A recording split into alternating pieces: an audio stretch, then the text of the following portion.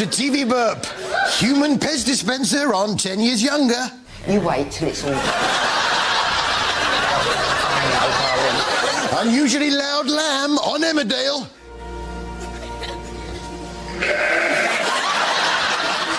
And Humpty Dumpty Reenactment Society get free advert on EastEnders. Eve, you got up there, didn't you? You can get...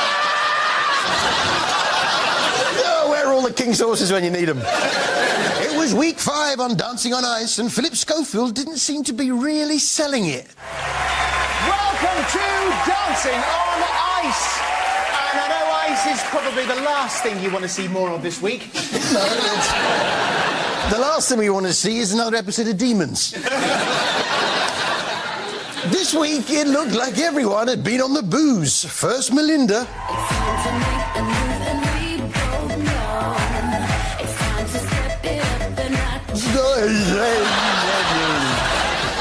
Then it looked like Todd had been on the doubles.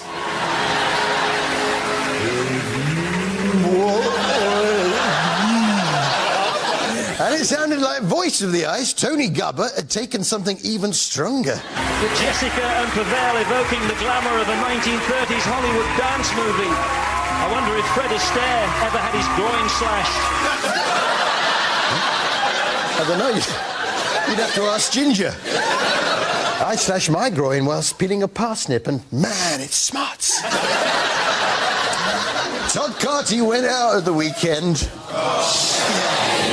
Yeah, I can't understand it. He was really getting the hang of it and everything. Smile, though your heart is empty. Smile, even though it's working.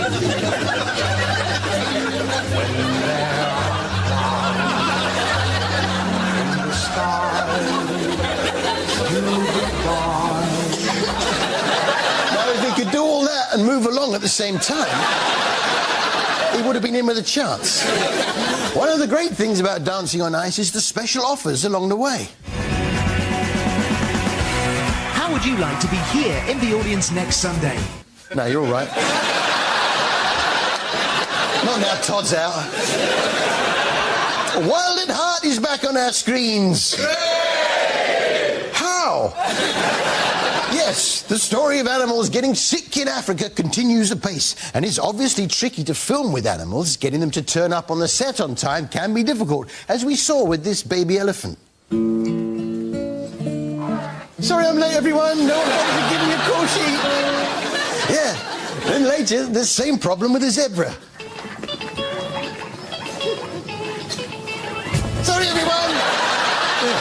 They got chatting to the baby elephant. There was a surprise guest on the show this week. Terry? Terry, wait. Terry, wait. Go for it. And it's not just exotic illnesses. No, as Danny pointed out about one of his patients, a goat. You know, if that dog had bitten me, I could have been seriously injured. We should have a medical plan. Oh, we've got one. The local doctor's goat has angina, so I look after the goat if he looks after us. Yeah, a goat with angina. Yeah. Oh. How are you feeling? Terrible pain in my chest. Going down my left arm. Okay, open your mouth. How's that? Much better, thanks. Well, you should really go and see your GP, but... Goat with angina. Now, while the heart is not always just animals escaping from their pen, where is he, don't know, better go after him. Oh, there he is, will you marry me? Not sure. Please? OK, the monkey's got diarrhoea. I'll be with you in a minute. We're going to have to close down due to lack of money. Who's this coming down the road? Oh, it's Hayley Mills. Although, it's often just that. No, at times, Wild at Heart can get very dramatic. Oh, yeah, it can all be bumping along quite happily. Then suddenly, there's an emergency and the whole mood changes. Mom, can I really keep him? If you can look after him, yes. Hello, Domino. Yeah, no, but what do you do that for? The milk's off. The milk's off! The milk's off! The milk's off! What's that? He said the milk's off. The milk's off. The milk's off. The milk's off.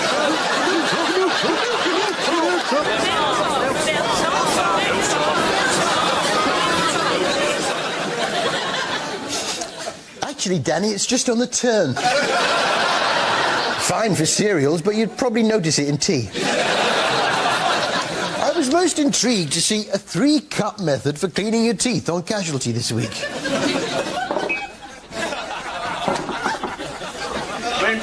Yeah, the 3-cup method. See, I tend to use the 10-cup method. Okay, so you get your toothpaste on the brush. Now, first one, that's... get that in. That's for your front teeth. Just the front teeth. Right. Cup number 2, spit. Cup number 3, the back top ones. Cup number 4, spit. Cup number 5, right one. Cup number 6, spit. Cup number 7, tongue. Cup number 8, spit. Cup number 9, just have a little break. And cup number 10, all round. Yeah, so that's the 10-cup system. I was just thinking about my tea. I bought 2 nice big squares of smoked salmon for my tea. Yeah, I put them in this pack. Yes, there's a bagel left. I put some cream cheese on the bagel, and then I put the smoked salmon on top. But where's the smoked salmon? Who's had my 2 squares of smoked salmon? Right. Ellie? Okay. What's wrong? Come on, get on the bed. Hey! There's my fish squares! Charming, that is. Hang on.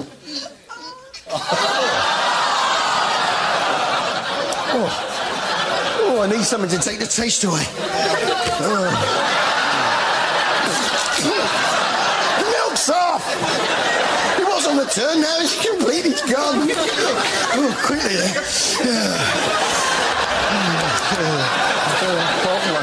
Cup number 2. Cup number 3. Cup number 4. Cup number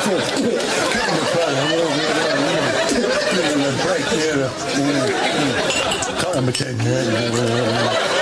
Get the idea with that. Which brings us to a new item that we call the Pride of Britain, in which we single out an individual who encapsulates the great character of Britain, the country that bought the world the Magna Carta, that produced Shakespeare, Keats and Kipling, that saw off Hitler's Nazis, whose people invented the jet engine and television and gave the world antibiotics and the Beatles. Let's see this week's contender for the TV Burp Pride of Britain. TV Burps, Pride of Britain.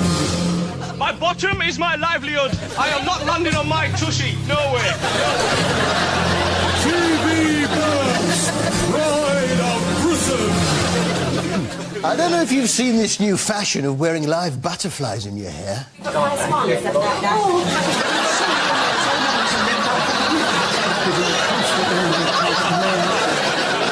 It's a nice look, there. It's Coronation Street, and this week it was dominated by the big split between Tony and Carla. And Tony was full of remorse. He phoned Carla up to beg her to return, but showed a woeful lack of telephone skills. Carla, please, darling. I just want things.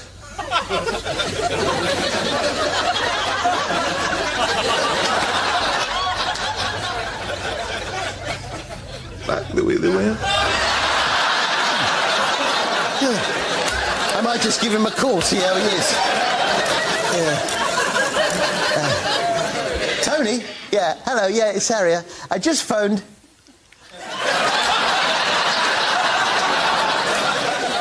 To see how you are. On a lighter note, Lloyd and Steve were practicing their aim for office basketball. Fancy a pint? No. Fancy several, though. On one condition, we do not mention my mother. Nice one, I can live with that. Teamwork, guys. say, there was a very interesting discussion in the Rovers this week. Tell me, are macaroons cakes or biscuits? Well, there's an interesting legal battle concerning the status of Jaffa cakes. Biscuits are subject to fat, while cakes aren't. Well, you learn something new every day. Anyway, the courts ruled cakes go hard when they're stale, while biscuits go soft. Yeah, well, I like biscuits. I like cakes too. Which is better? There's only one way to find out.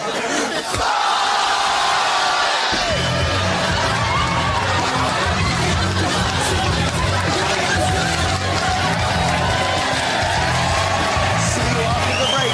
Come on, Mr. Cake.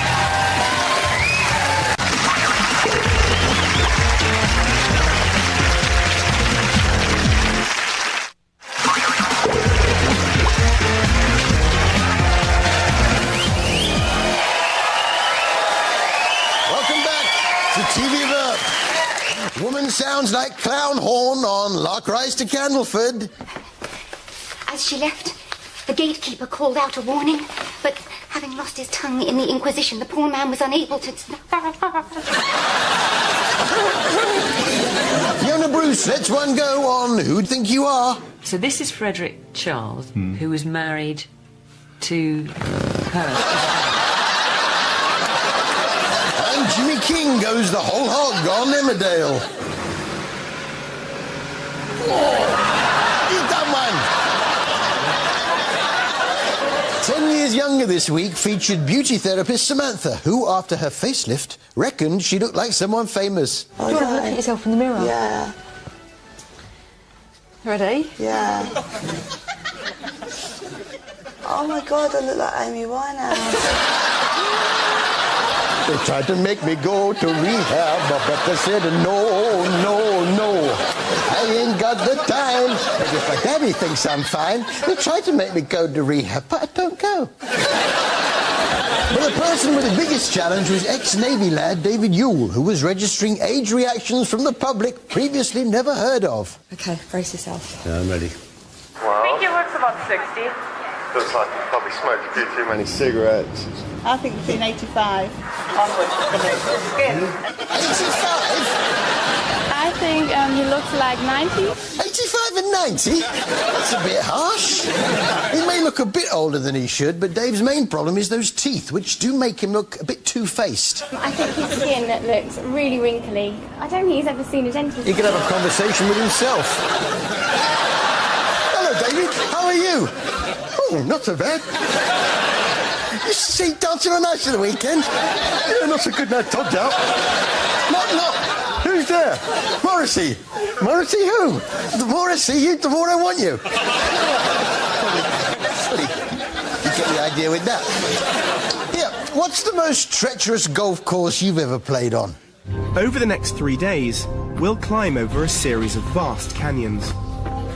Our route will take us across the beautiful but treacherous Salar de Atacama, the famous Chilean salt plains. We'll then spend 3 days steadily climbing to reach our base camp at the foot of the Corona volcano. Before we attempt to summit its 17,000-foot peak. Of course not. No, this was the route taken by Ben Fogle and co. on his Extreme Dreams venture on BBC Two. Ben was very much leading from the front and was full of advice for his rookie rock climbers. We must now traverse a perilous ledge with a 1,000-foot drop on either side. Just be careful when you've got some of the steeper bits that you don't slip off. Thanks for that, Ben.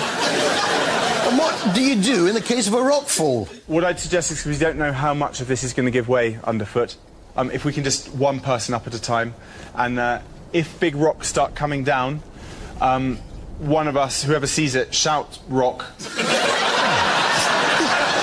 Just shout rock. Yeah, I wasn't shouting rock, right? If I was shouting it, you'd know. It would be like this. Rock! Yes, Ben was... Stop throwing rocks! Ben was full of advice. I couldn't help thinking he was talking up the risks a bit. Again, be really careful of loose stuff. if you fall, guys, which some of us will at some stage, I'd go onto your bum. Seconds later, my words come back to haunt me. Oh no, he's falling! And relax. Yeah, it seemed that because no one actually got hurt, Ben had to exaggerate even minor mishaps. Hayden makes it safely to the other side, and Desi's next to cross. But she's worried that the rocks are unstable.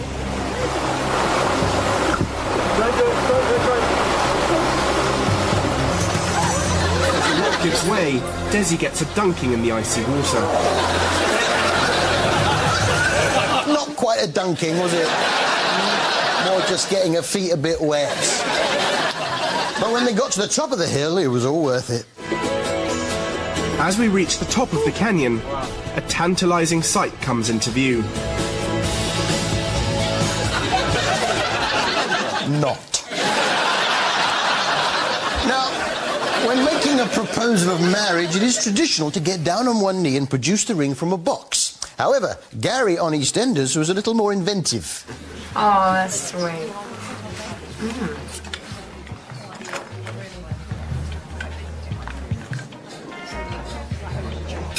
What's this? Yeah, it's a ring on a swizzle stick.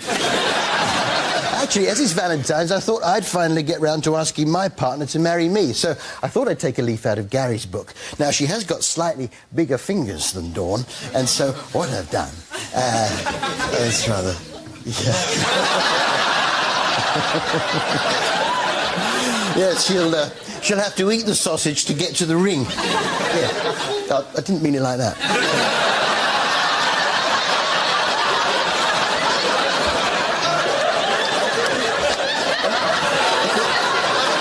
If there's still any doubt for pudding, I've done an ice cream, but instead of a flake, there's all the forms to fill in to grant her UK citizenship.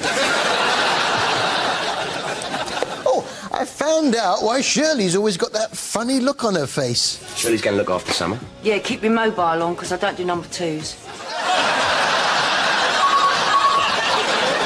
Yeah, hello, Shirley. Yeah, I'll be over later with some castor oil and a stick. Yes. And have you ever wondered whether there was a particular incident that caused Wham to split up? I saw Wham, October '83, Hammersmith Odeon. That's when George and Andrew popped my cherry. They could never look each other in the eye ever again. Andrew retired to Cornwall, and George has tried pretty much everything to erase the memory from his mind. Yes, this week saw Heather realise her dream of visiting George Michael's house. But first there was a wall to scale. Fortunately, Shirley was wearing her magic boots. Ev! Ev! I'm going to meet George Michael! Brilliant.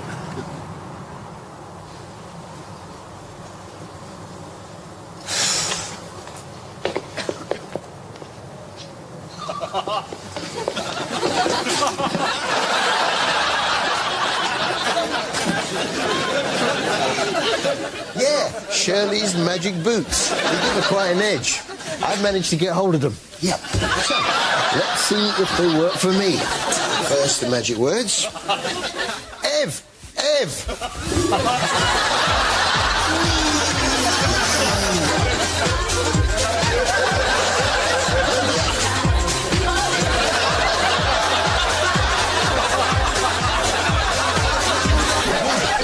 They're good, those boots. Victorian farm now, where a group of people run a farm just like in Victorian times. And I was surprised to see Strictly Come Dancing judge Bruno Tonioli pop in pretending to be a tailor. You haven't really followed the line of the pencil at all. Feel the machine. The machine is just an extension to your body. Nice to see you keeping busy, Bruno. Of course, there's always plenty of work on a farm, and looking after the livestock can be particularly time-consuming. Oh, that's steady. Yeah, there's a lot of work needs doing here, and they absolutely stink. They really do. I just smelled really, really cheesy feet. I mean, it made my stomach turn, those. Yeah, sorry about that. I think it was those Shirley's boots. They were a bit tight. Maybe I picked up a fungal infection. Oh, careful. What are you tickling? So, what did they do for entertainment back then? Well, this is a few years before Emmerdale started, so they had to make their own entertainment. Good morning, lords and ladies. Good morning to you, I say.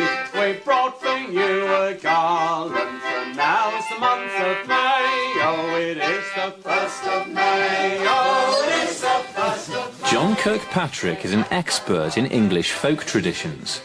He's providing the entertainment for May Day. Yeah, the old 1st of May song. Yeah. What other songs you got? You get 2nd of February, which is Candlemas. May Day, which is a huge, huge festival. 2nd of August is Lammas. You got any that aren't about particular dates? Then there's the games. Some May Day games involve the new life of the farm. Yeah, well, the less said about that one, the better. I'm kidding. The pig was part of a special game played at May Day. We're going to try singing for a pig. This is a popular game at Mayfairs and so on. You hold a piglet under your arm and you sing a song, and whoever sings the longest before the pig squeals wins the pig. Well, let's give it a go, shall we? Come here, you...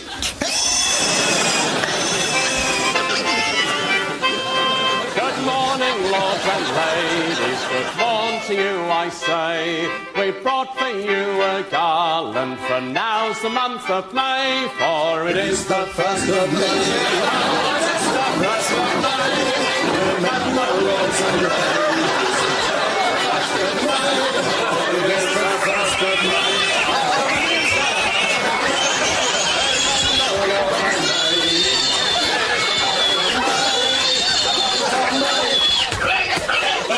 It's actually February the 14th.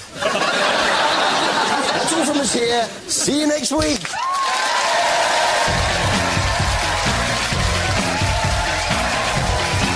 Harry Hill's TV Burp Gold is available on DVD, in stores and online. Welcome back to your Saturday Takeaways for the only show on telly that says don't just watch the adverts. The boys are back. Brand new takeaway coming up next here on ITV1.